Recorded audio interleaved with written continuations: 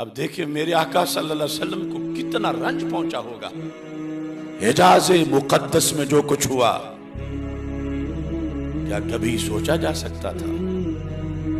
اس سعودی حکومت نے، آل سعود نے میرے رسول علیہ السلام کو اتنا ستایا کہ شاید تاریخ میں کبھی کسی نے اتنا نہیں ستایا۔ لا سعودیہ لا ایران۔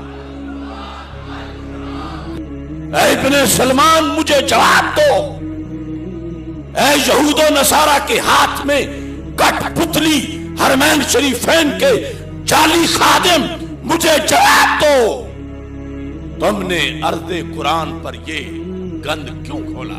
پوری امت کے سر ندامت سے جھک گئے۔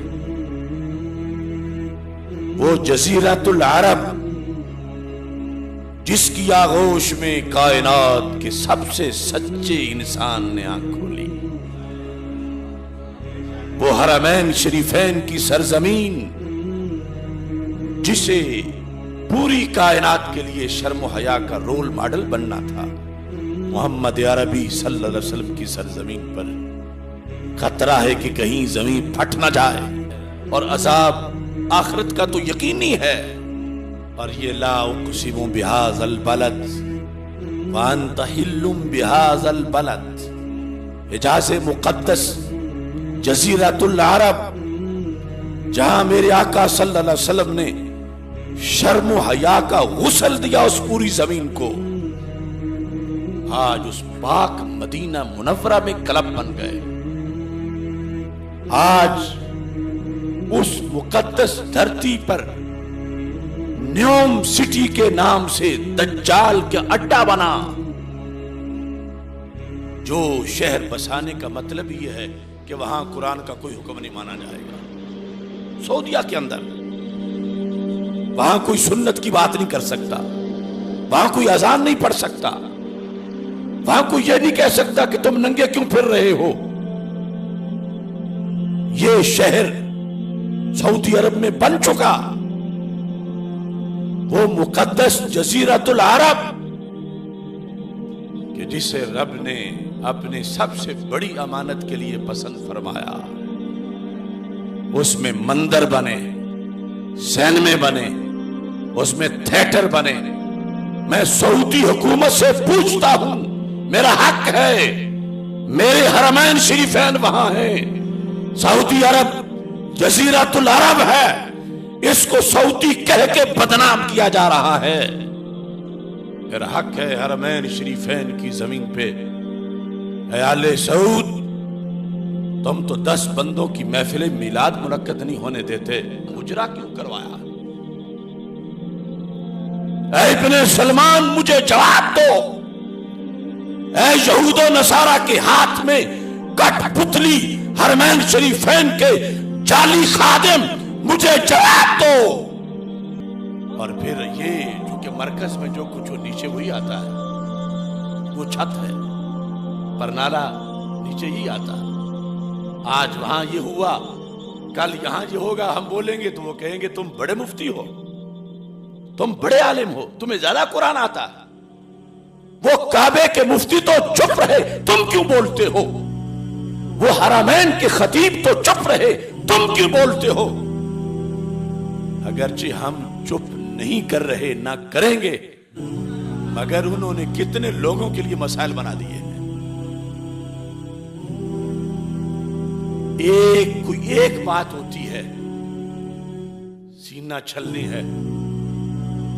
وہ کمینہ اور ملعون مائکرون فرانس کا، اس کو انہوں نے میرے نبی علیہ السلام کے دیس میں بلا کے ایوارڈ دیے، نوازا، جس نے سرکار دو عالم صلی اللہ علیہ وسلم کے خاکے بنوا کے سڑکوں پہ لگوائے۔ یہ کس کے پیروکار ہیں؟ یہ کون لوگ ہیں؟ میری 30 سال کی تقریریں سنو، میں نشاندہی کرواتا آیا، ایک ایک تقریر میری بولتی ہے، اگرچہ ہمیں وہاں بھی جا کے ستم کا سامنا کرنا پڑا، ہمیں ایئرپورٹ سے گرفتار کیا گیا، لیکن یہ دنیا کی گرفتاری معمولی ہے، اصل مسئلہ آخرت کا ہے۔ آج ایک ٹوک کرتے پھرے، ہم چپ کر کے بیٹھے رہے. اس جمعے میرے آنے پر ڈاکٹرز نے پابندی لگا رکھی تھی، مگر میں نے کہا کہ میں چپ رہوں تو کہ اگلے جمعے تک غیر حاضری نہ لگ جائے. میں ان کی پابندیاں توڑ کے آ گیا ہوں کہ میں نے یہ کلمہ حق بلند کرنا ہے کہ نجدی وہابی دہشت گردوں نے میرے رسول علیہ السلام کی ایک ایک نشانی چن کے مٹائی. اپنے باپ بحری ڈاکو کے جوتے بھی شوکیس میں رکھے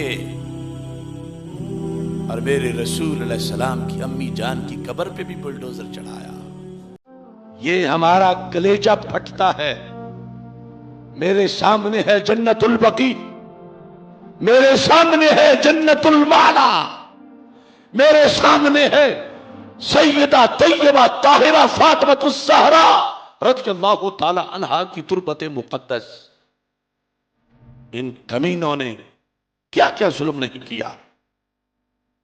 اب ساری شریعت پس کچھ ڈال کر جو یہود کہتے ہیں وہ کام کرتے ہیں. اسرائیل کو اندرونی تسلیم کر کے ظاہری تسلیم کرنے کا کل بھی چند کھوکھلی شرطیں لگا رہے ہیں. تم ہوتے کون ہو؟ تمہیں میرٹ کس نے دیا؟ اے سعودی حکمرانوں، امت مسلمہ تمہیں جوتے مارنے کو تیار ہے، تمہارے گلے میں پھندا ڈال کے کھینچے گی. تم جزیرۃ العرب کو سودے مت کرو، وہاں غیروں کی چھاؤنیاں مت بنواؤ، وہاں اپنے ابا یہود نصارہ صلیبیوں اور صہیونیوں کو خوش کرنے کے ٹھیکے مت دو. ڈر و عذاب کی گھڑی سے کہیں بندر اور خنزیر ہی نہ بن جاؤ.